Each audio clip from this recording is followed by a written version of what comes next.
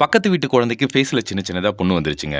இதுக்காக இவங்க நெறைய ஹாஸ்பிட்டல் போனாங்க. ஆனா சரியாகல. குழந்தைங்களுக்கு முகத்துல இல்ல உடம்புல எங்கேயாவது புண்ணு வந்துருச்சுன்னா, அப்ப இருந்த வயசான பாட்டிங்கலாம் என்ன சொல்லுவாங்கன்னா, புத்து மண்ண குழப்பி வைங்க சரியாயிடும்னு சொல்லுவாங்க. அதே மாரி குழப்பி வைப்பாய்ங்க, சரியாயிடும். ஆனா இப்ப இந்த மாதிரி சொல்றதுக்கு பாட்டிங்கலாம் அவ்வளவா இல்ல.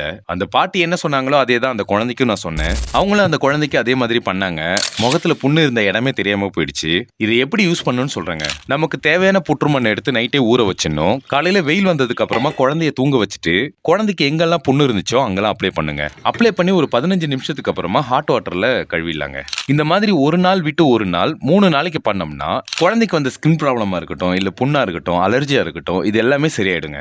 குழந்தைக்கு சளி தொந்தரவு அதிகமா இருந்தா இத பயன்படுத்த வேணாம். சளி சரியானதுக்கு அப்புறமா பயன்படுத்தலாம். இதே மாதிரி உங்க குழந்தைங்களுக்கோ, இல்ல உங்களுக்கு தெரிஞ்ச குழந்தைகளுக்கோ இருந்தா, கரையான் யூஸ் பண்ணாத புற்று மண்ண பார்த்து பயன்படுத்துங்க. இந்த மாதிரியான கரையான் புற்றுகள் உங்க பக்கத்துல இருந்தா நீங்களே எடுத்து பயன்படுத்திக்கோங்க. இல்லனா உங்க நட்பு வட்டாரத்துல இருந்தாலும் பயன்படுத்திக்கோங்க. எங்களுக்கு பக்கத்துல எங்கேயும் புற்றுமண் கிடைக்கல அப்படின்னு நினைக்கிறவங்க ஸ்கிரீன்ல தெரியுற நம்பருக்கு வாட்ஸ்அப் பண்ணுங்க. நன்றிங்க.